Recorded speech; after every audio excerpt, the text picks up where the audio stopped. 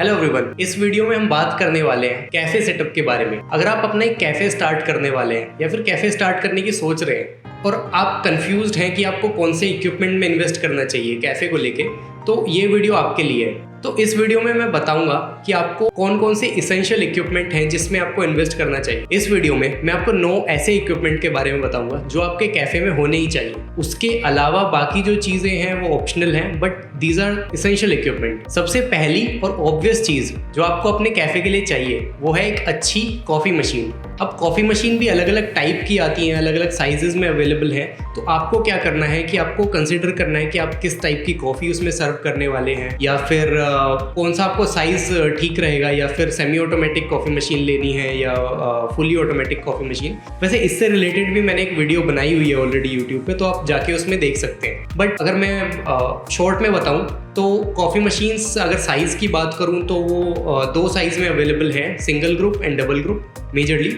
और अगर मैं टाइप की बात करूं तो कॉफ़ी मशीन जो एस्प्रेसो कॉफ़ी मशीन्स होती हैं वो 2 टाइप में अवेलेबल होती हैं, semi automatic coffee machines and fully automatic coffee machine. अब इसमें आपको साइज़ कौन सा लेना है या फिर टाइप कौन सा यूज़ करना है वो मल्टीपल फैक्टर्स पे डिपेंड करता है कि किस टाइप की कॉफ़ी है या कितने नंबर ऑफ कप्स आप सर्व करने वाले हैं। अगला इक्विपमेंट जो आपको कॉफ़ी मशीन के साथ चाहिए ही चाहिए वो है कॉफ़ी ग्राइंडर। अब कुछ कॉफ़ी मशीन्स ऐसी भी आती हैं जिनके साथ कॉफ़ी ग्राइंडर उसमें इंटीग्रेटेड होता है और कुछ में नहीं होता। वो ये भी डिपेंड करता है कि आप कौन सी कॉफ़ी मशीन खरीद रहे हैं। तो बेटर रहेगा कि आप एक अच्छे कॉफ़ी ग्राइंडर में इन्वेस्ट करें। अब कॉफ़ी ग्राइंडर भी अलग अलग टाइप्स के आते हैं, like manual coffee grinder and fully automatic coffee grinder.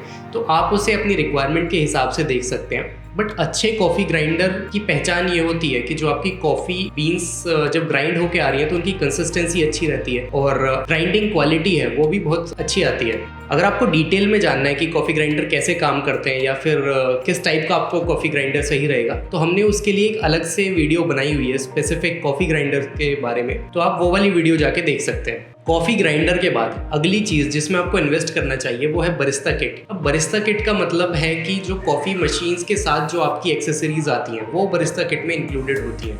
For example coffee making jugs, thermometer, knob box, tempering kit और भी काफ़ी चीज़ें। बरिस्ता किट के अंदर और भी सारी चीज़ें इंक्लूडेड रहती हैं, तो उसकी मैंने एक डिटेल शीट आपको स्क्रीन पर दिखाई हुई है। अगर आप अपना एक कैफे स्टार्ट कर रहे हैं तो जाहिर सी बात है आप उसमें कोल्ड कॉफ़ीज भी सर्व करने वाले हैं, तो उसके लिए आपको चाहिए होगा एक अच्छी क्वालिटी का कमर्शियल ब्लेंडर। अब ब्लेंडर्स भी मार्केट में अलग अलग टाइप के हैं, जैसे साउंड प्रूफ ब्लेंडर्स भी आते हैं, एक नॉर्मल ब्लेंडर्स भी आते हैं। तो आप उन्हें अपनी रिक्वायरमेंट के हिसाब से देख सकते हैं आपको कि किस टाइप का ब्लेंडर बेटर रहेगा। अगली चीज़ जो आपको अपने कैफे में चाहिए होगी वो है एक सिंपल माइक्रोवेव ओवन। अगर आप अपने कैफे में कॉफ़ी के साथ फूड भी सर्व कर रहे हैं, जो कि आपको करना ही चाहिए, तो उसके लिए आपको एक माइक्रोवेव ओवन की भी ज़रूरत पड़ेगी। जैसे फॉर एग्जांपल आप उसमें डिफरेंट फूड आइटम्स को गर्म करके दे सकते हैं, जैसे पफ्स, ब्राउनी, कुकीज़। तो बेटर होगा कि आप एक अच्छी क्वालिटी के माइक्रोवेव ओवन में भी इन्वेस्ट करें। अगली चीज़ जो आपको अपने कैफे के लिए चाहिए होगी वो है एक अच्छी क्वालिटी का डिस्प्ले शोकेस। अब आप उसमें मल्टीपल टाइप के फूड आइटम्स डिस्प्ले कर सकते हैं, जैसे कुकीज़, ब्राउनीज, पफ्स, केक्स। तो इस टाइप के शोकेस में डिस्प्ले करने से वो जो फूड आइटम्स हैं उनकी शेल्फ लाइफ भी इंक्रीज होती है और थोड़े अट्रैक्टिव भी लगते हैं। अगर आप शोकेसेस के बारे में और ज़्यादा जानना चाहते हैं तो हमने एक